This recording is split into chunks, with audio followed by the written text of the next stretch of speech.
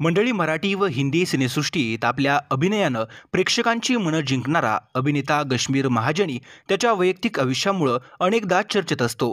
गश्मीर दिवंगत ज्येष्ठ मराठी अभिनेते रवींद्र महाजनी यांचा मुलगा आहे. गेल्या वर्षी 15 जून रोजी पुणे जिल्ह्यातील आंबी गावात राहत्या फ्लॅटमध्ये त्यांचा मृत्यू झाला होता. या संपूर्ण प्रकरणानंतर गश्मीर महाजनीला ट्रोल करण्यात आलं होतं. त्याचं कारण म्हणजे गश्मीर आणि त्याच्या वडिलांचं नातं.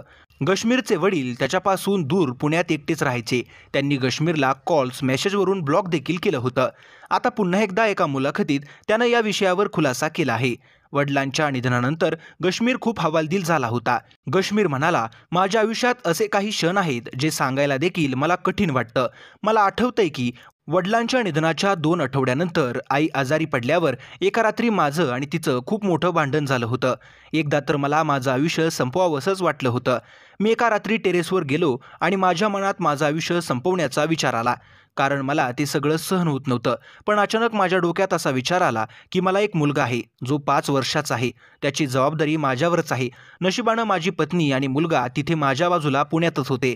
जर ते नसते तर मी माझं आयुष्य नक्की संपवलं असतं. मी त्या रात्रीचा विचार करून अजूनही खूप घाबरतो की जर मी दुसरा निर्णय घेतला असता तर माझ्या कुटुंबाचं काय झालं असतं.